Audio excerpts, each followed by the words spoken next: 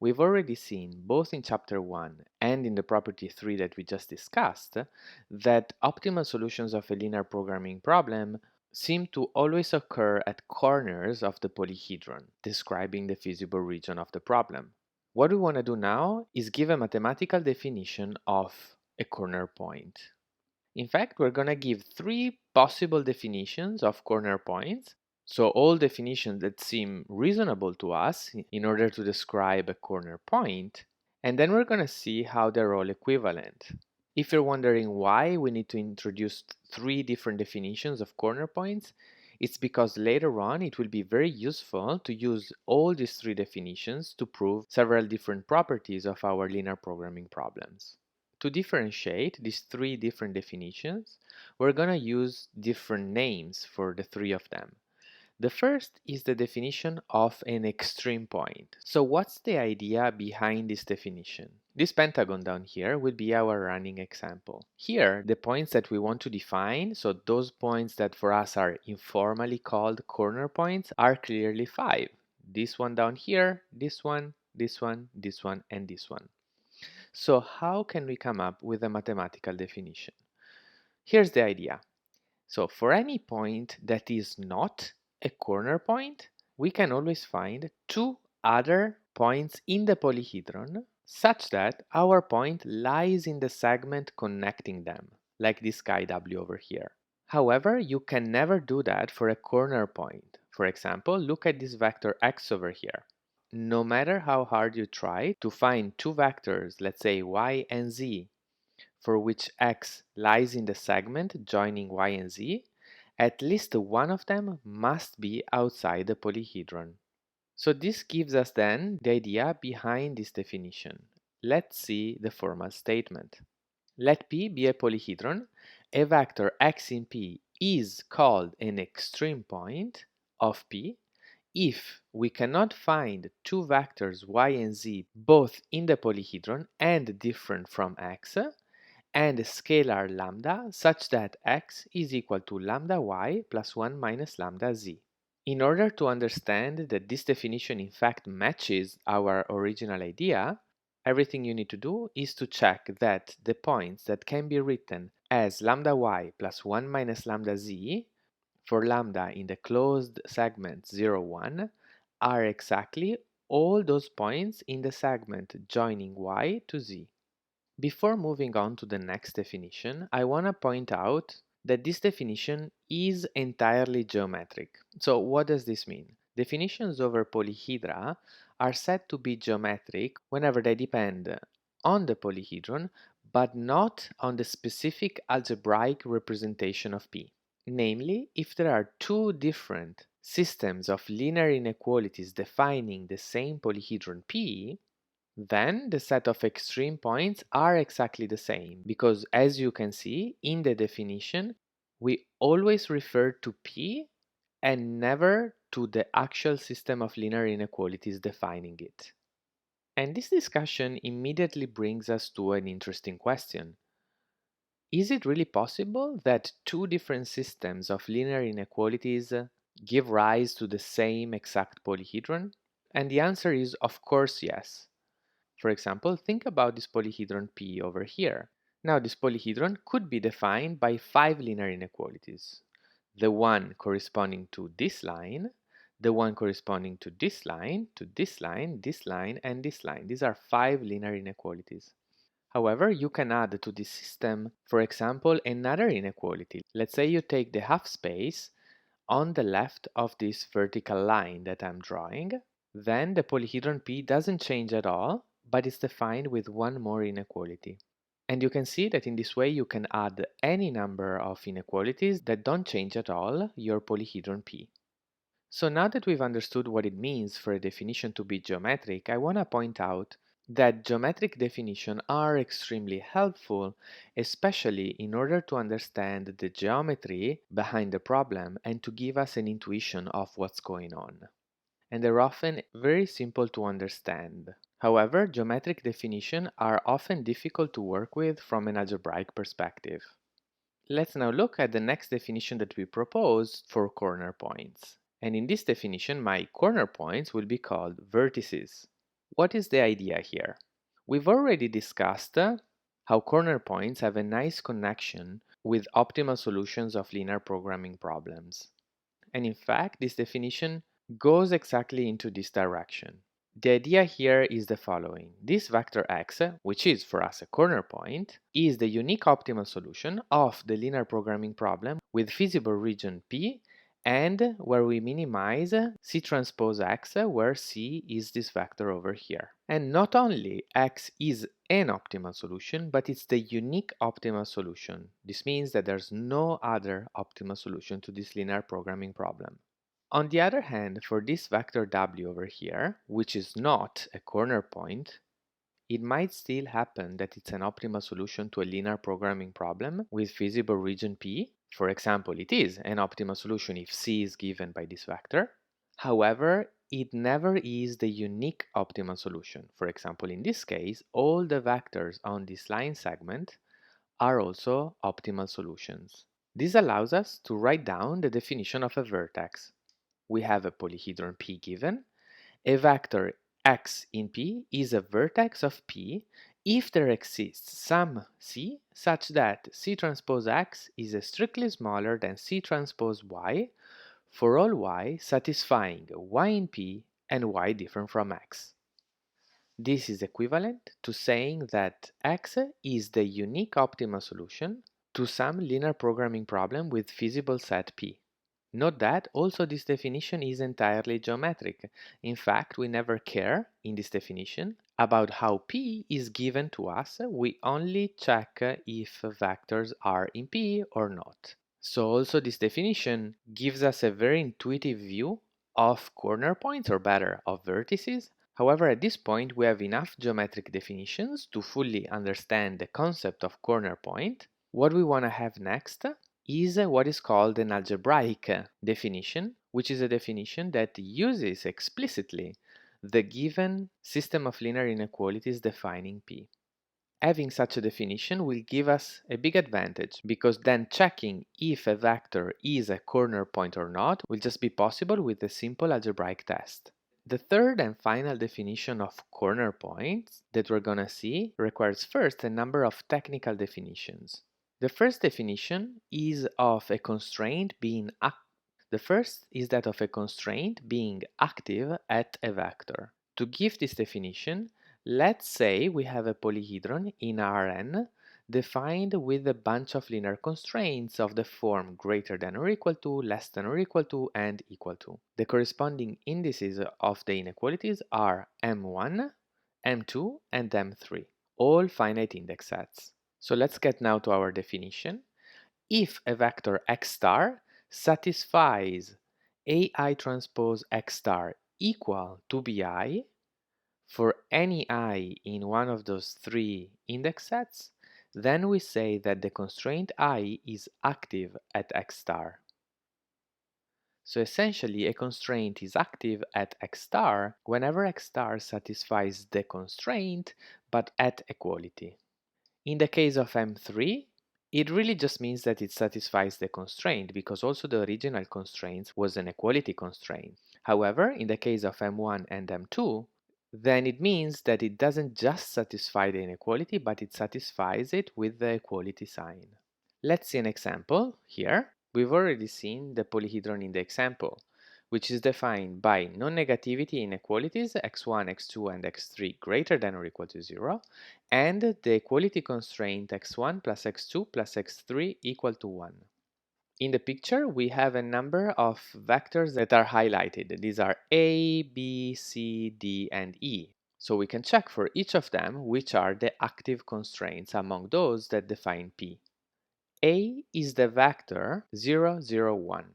Therefore, the active constraints are x1 greater than or equal to 0, x2 greater than or equal to 0, and x1 plus x2 plus x3 equal to 1, because all these three are satisfied at equality. x3 greater than or equal to 0 is not active at A, because while it is satisfied, because the component 3 of A is equal to 1, and 1 is greater than or equal to 0, 1 is strictly larger than 0. So such a constraint is not active at A. The vector B is the vector 1, 0, 0, while the vector C is the vector 0, 1, 0. And I leave it to you to check which are the active constraints at these two vectors because it really is symmetric to A. So let's instead look at the vector D. D is the origin. So the constraints that are active at D are x1 greater than or equal to 0, x2 greater than or equal to 0, and x3 greater than or equal to 0. On the other hand, the equality constraint x1 plus x2 plus x3 equal to 1 is not active at D, because the sum here is 0, which is different from 1. Finally, let's look at the vector E.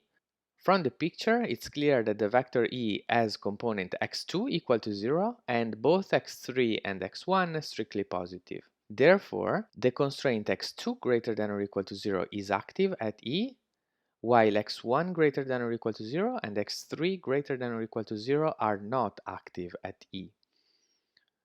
Furthermore, x1 plus x2 plus x3 equal to 1 is active at E because you can see in the picture that E lies in the triangle representing P.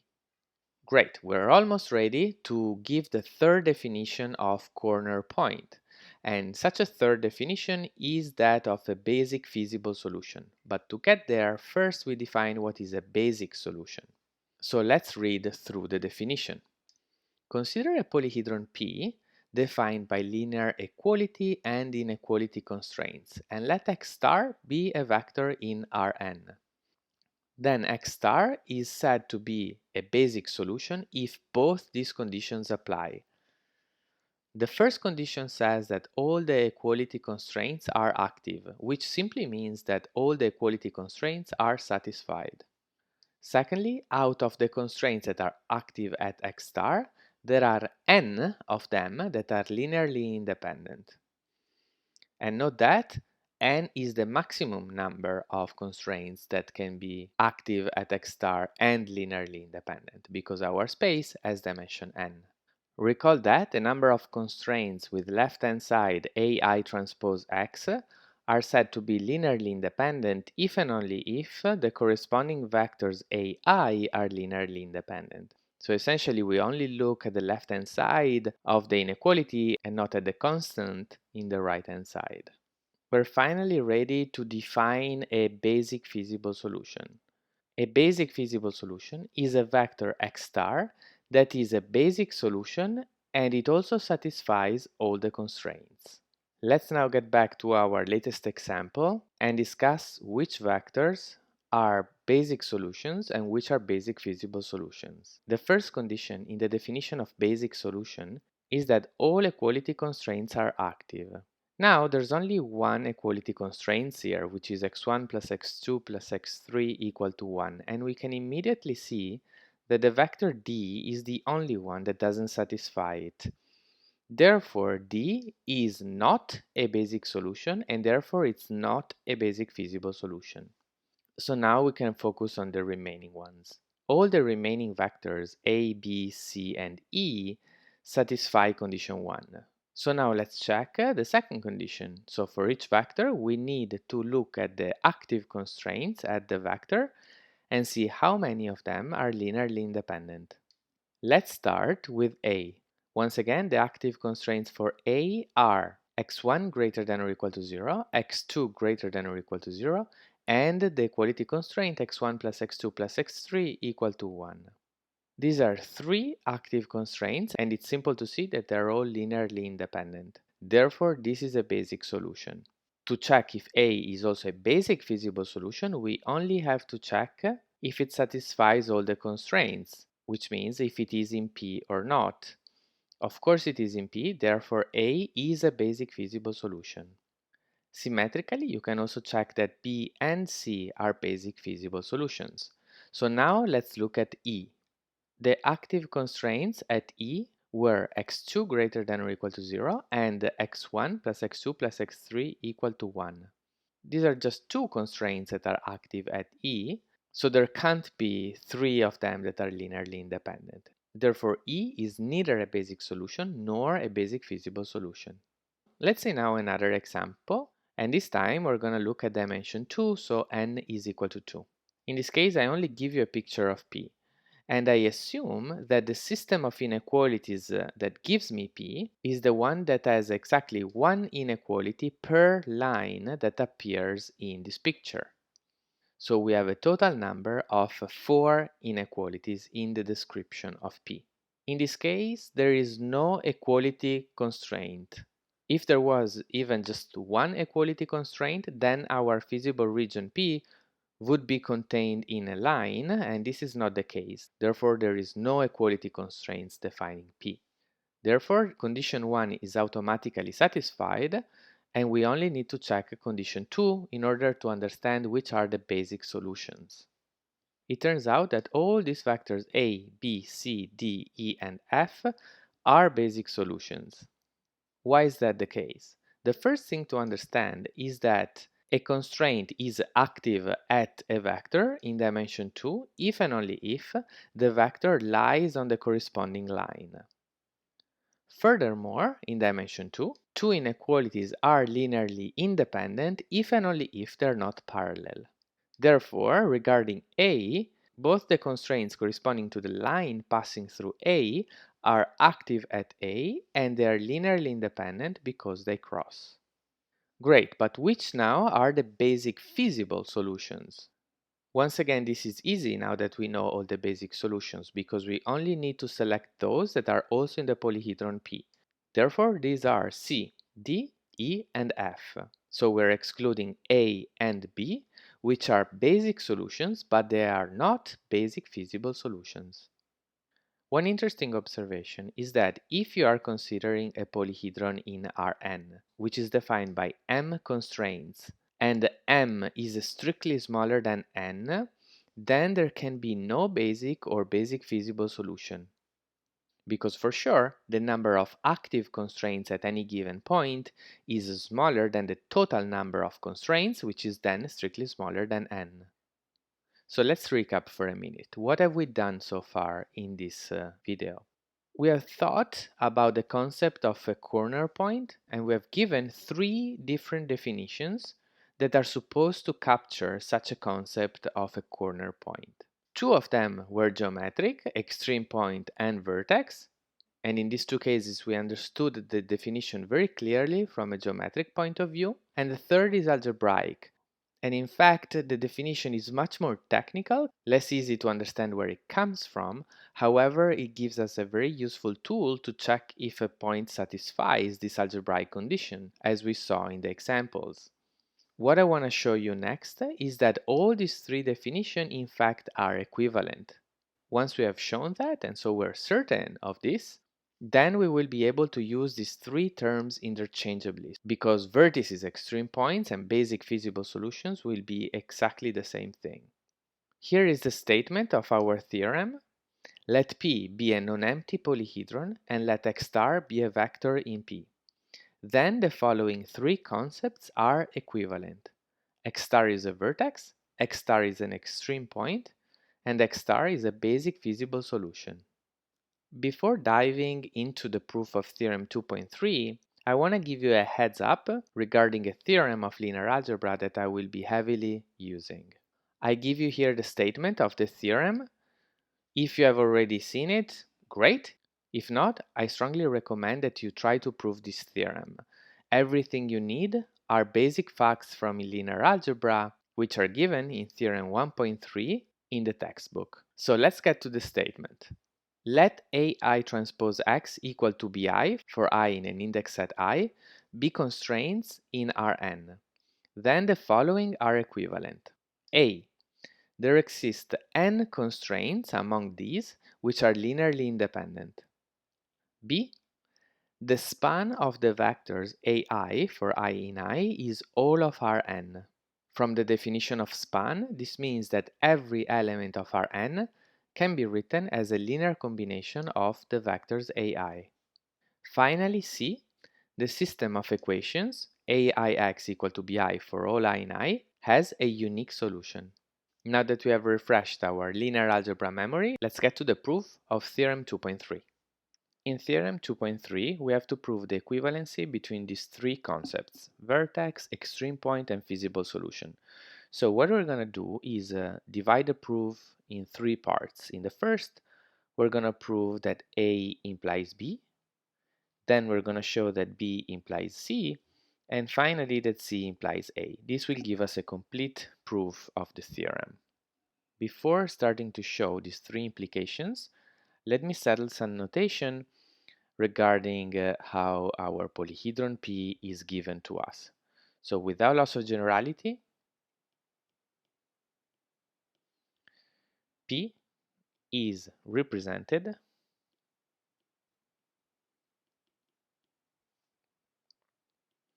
in terms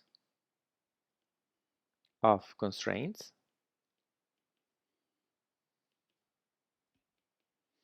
of only two forms, AI transpose X greater than or equal to BI, and equality constraints AI transpose X equal to BI.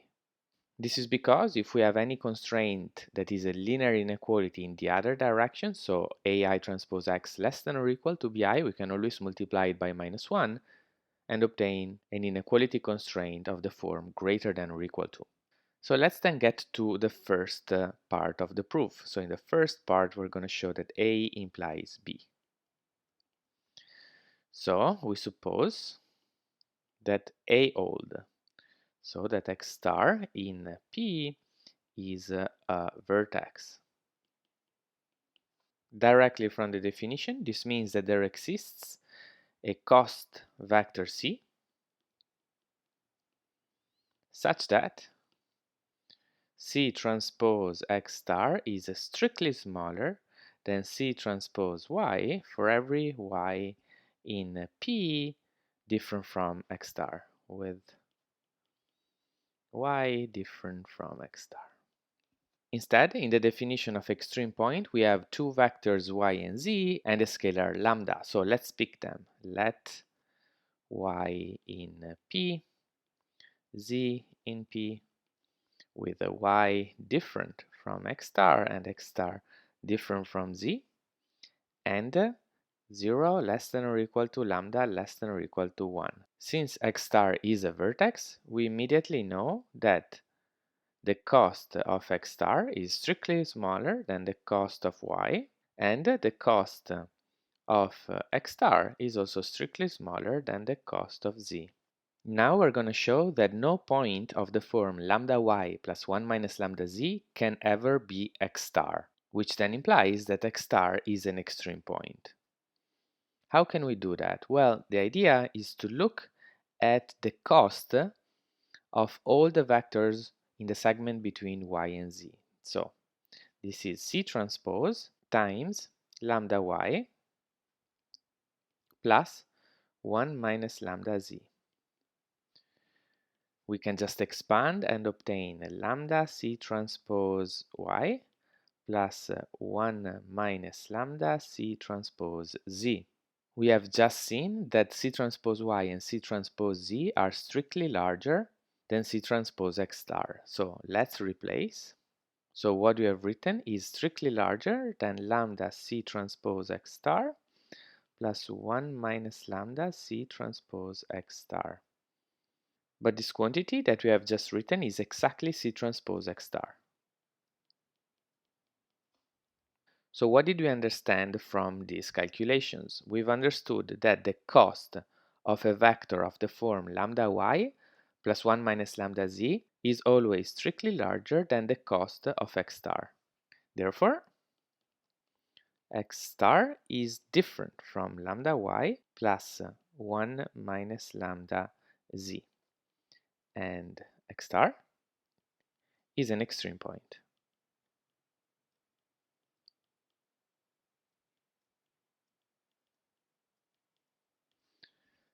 This concludes the proof of A implies B. The next implication that we're going to prove is that B implies C.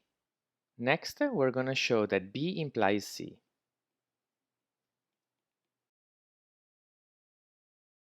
Equivalently, we show that not C implies not B.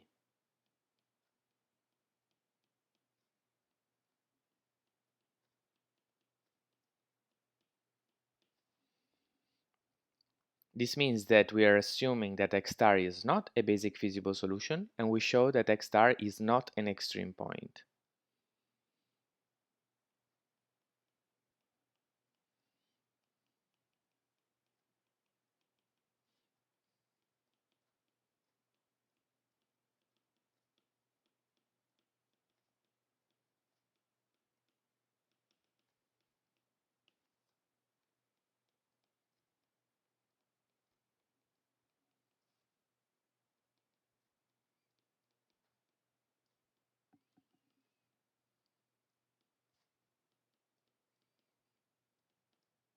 To show that the vector x star is not an extreme point, what we will be doing is construct explicitly vectors y and z such that x star is the midpoint of y and z, and both y and z are in P.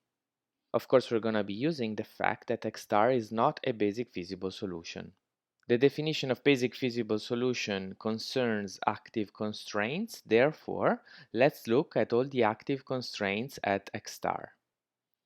Let I denote the index set of the active constraints. So the set of I such that AI transpose x star equal to Bi.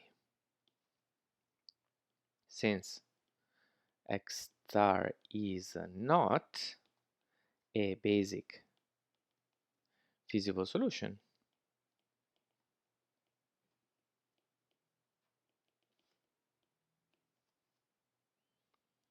there are no n linearly independent vectors among the AI for I in capital I. Now we use our theorem 2.2 of linear algebra by theorem 2.2, and specifically we're using not A implies not B. We obtain that the vectors AI for I in capital I lie in a proper subspace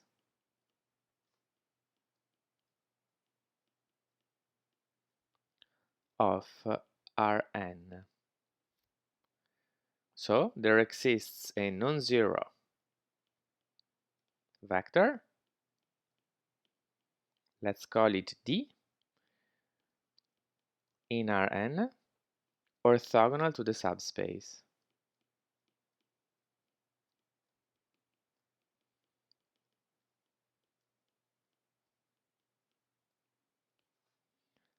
If it's not clear to you the existence of such a vector D, this is a great exercise to refresh your memory of linear algebra. Then AI transpose D equal to 0 for every I in I from the orthogonality. Now it's time to construct the vectors y and z as promised. Let's see an example. Let's say we're looking at a polyhedron like this one, and here's our x star. In this case, the only active constraint is the one corresponding to the segment where x star lives, and the corresponding vector AI will be orthogonal to this segment. Therefore, in this case, the vector D goes exactly along the segment. As you can see, this vector D is extremely useful for us because we can construct a new vector Y by going from x star in the direction D, and similarly we can construct a vector Z by going from x star in the direction minus D. And if we're careful to not go too far, then both Y and Z will be still in the polyhedron, and the segment joining Y and Z will contain x star, showing that x star is not an extreme point. So let's do this. Let epsilon be a positive number. You should think about this epsilon as a very small number, and define y as x star plus epsilon d, and z is equal to x star minus epsilon d. Next, we need to check that for epsilon small enough, then both y and z are still in P. We're going to look separately at the constraint indexed by the index set capital I, and then we're going to look at the other ones. So for I in capital I, we have AI transpose Y. This is equal to AI transpose X star plus epsilon AI transpose D, where we just replaced Y with its definition. And then due to the orthogonality between AI and D, this is equal to AI transpose X star, which is equal to B from the definition of capital I. Then for I not in I, we have AI transpose Y equal to, once again, we just need to substitute AI transpose X star plus epsilon AI transpose D. And this is then strictly larger than BI. Why is this the case? Because we know that AI transposed X star is strictly larger than BI, and so we can always make epsilon small enough so that epsilon AI transpose D added to AI transpose X star is still strictly larger than BI. So let me write where the last inequality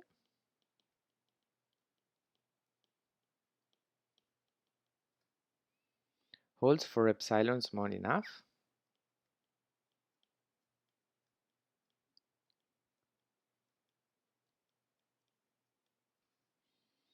because AI transpose X star is strictly larger than BI. I leave it as an exercise for you to figure out exactly for which values of epsilon this is true. Therefore, we have shown that y is in P, and symmetrically you can show that z is in P.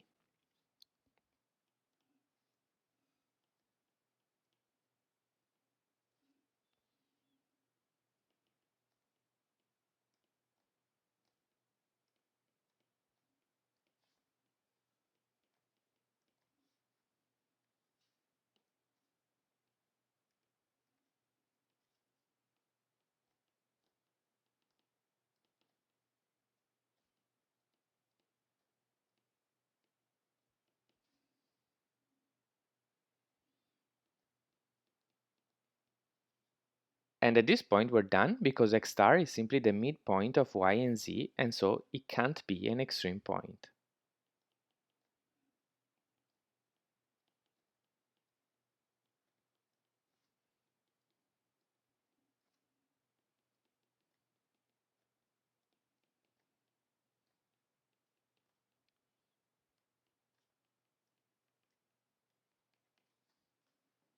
This concludes the proof that B implies C, so in order to show our theorem we only have to show that C implies A.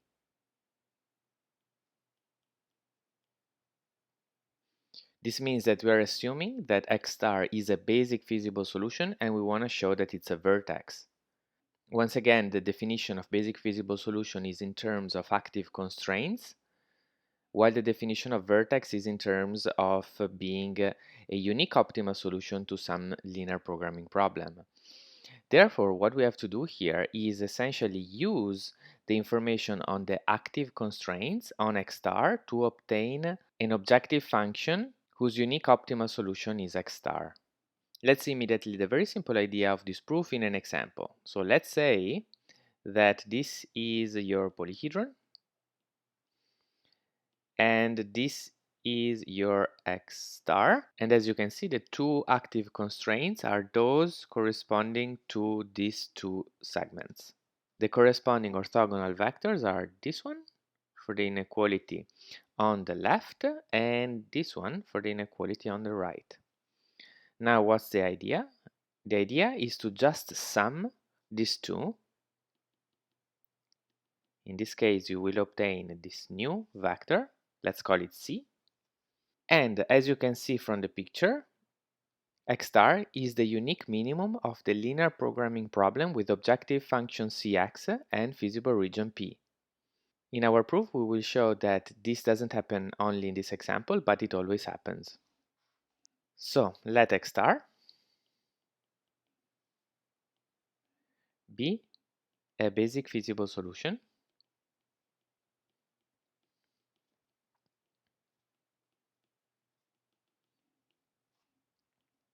and let I be the index set of the active constraints at x star. Let's define immediately our C vector.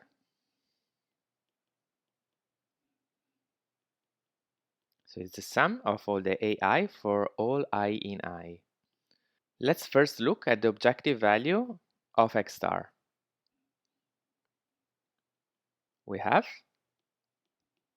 C transpose x star equal to the sum for I in I of AI transpose x star, which is exactly the sum of BI for I in I from the definition of capital I. On the other hand, let's look at the cost of any other vector x in P. For every x in P and for every I, we have AI transpose x greater than or equal to BI from feasibility. Therefore, we obtain that C transpose x is the sum for I in I of AI transpose x by definition of C, and this is then greater than or equal to the sum for I in I of BI. So the objective value of x star is a sum of BI for I in I, and any feasible point has objective value greater than or equal to that. This immediately tells us that x star is an optimal solution to the problem.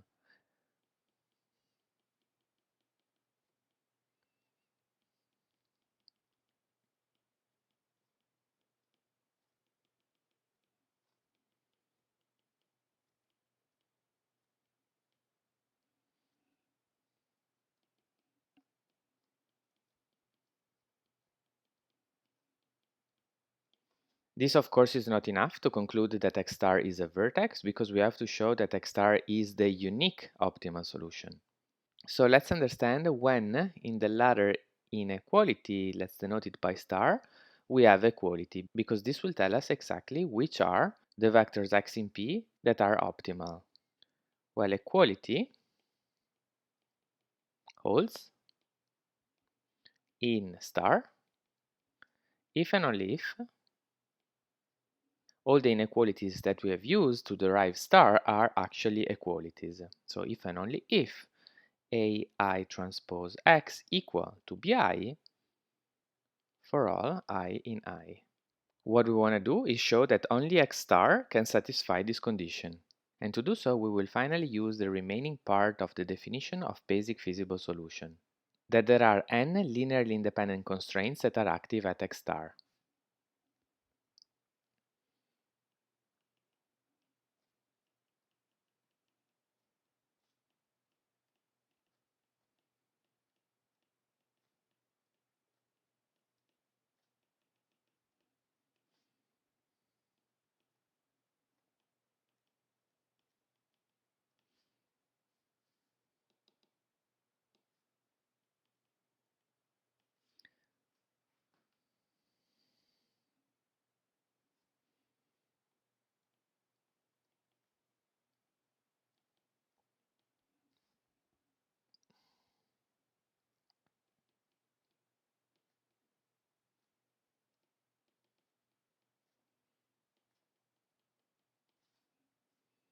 We can now use again our linear algebra theorem, so theorem 2.2, and obtain that x star is the unique solution to the system of equations aix equal to bi for I in I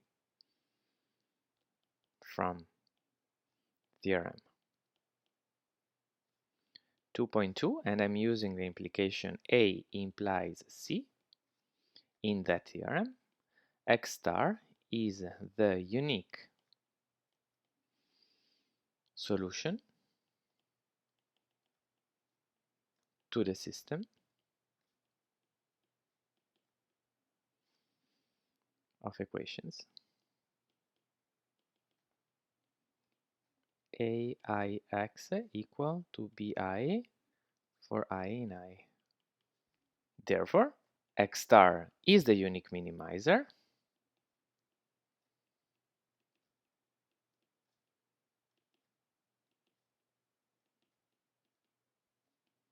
of the objective function C transpose x over P, and so x star is a vertex of P.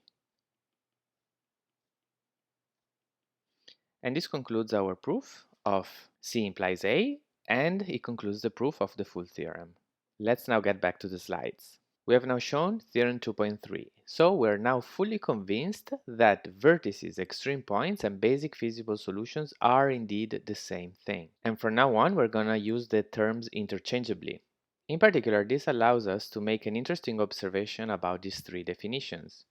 In fact, we have seen that the definitions of vertices and extreme points were geometric, meaning that they didn't depend on the representation of a polyhedron, but only on the polyhedron itself.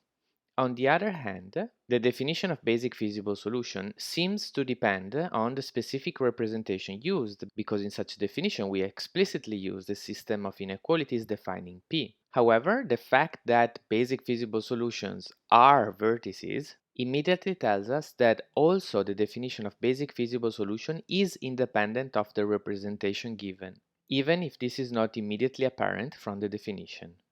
A question that I have for you is whether the property of being a basic solution depends on the representation of the polyhedron given or not. Directly from the definition of basic solutions and basic feasible solutions, we obtain that for a given polyhedron, the number of basic solutions or of basic feasible solutions is always finite. How can we see that? So let's look at a polyhedron which is always given by a finite number of linear inequalities. Let's say these are m linear inequality constraints, and let's assume, as always, that our space is Rn. Now, in any basic solution, we have n linearly independent active constraints that define such a point. And this immediately implies that the number of basic solutions is upper bounded by the number of ways that we can choose n constraints out of m, which of course is a finite number. This corollary gives us immediately an interesting idea. We have discussed how in the most interesting cases of linear programming problems, there's always an optimal solution that is a basic feasible solution. We have not yet shown that, but I already told you that this is the case. And this corollary, therefore, gives us immediately an interesting idea on how to solve a linear programming problem. We could just enumerate all the basic feasible solutions, for each one of them calculate its objective value, and select the one with the best objective value. This will be an optimal solution of our linear programming problem.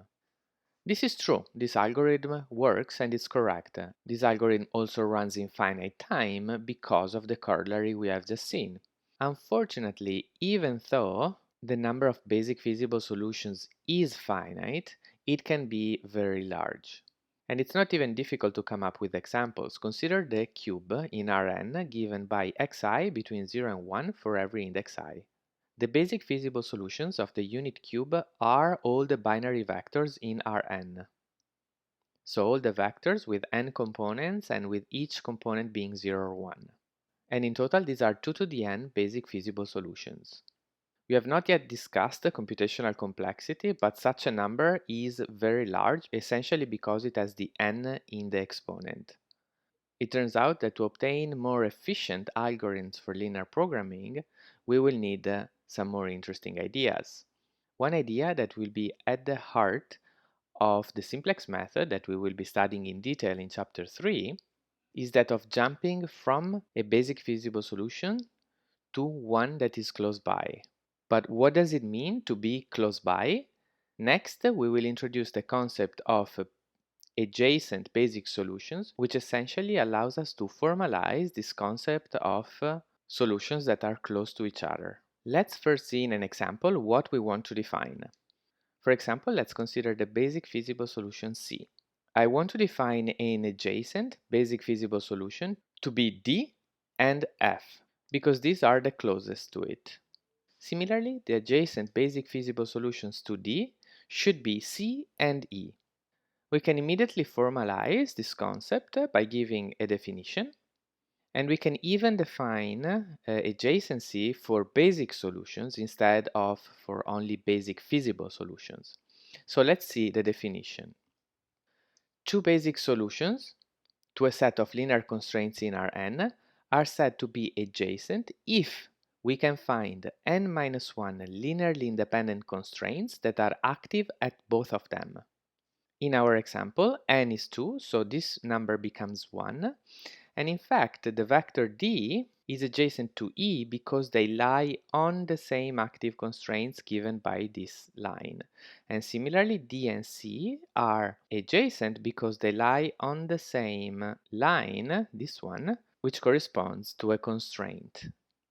Once again, this definition holds for all basic solutions and not just for basic feasible solutions. So, for example, also A and D are adjacent, and also A and C are adjacent.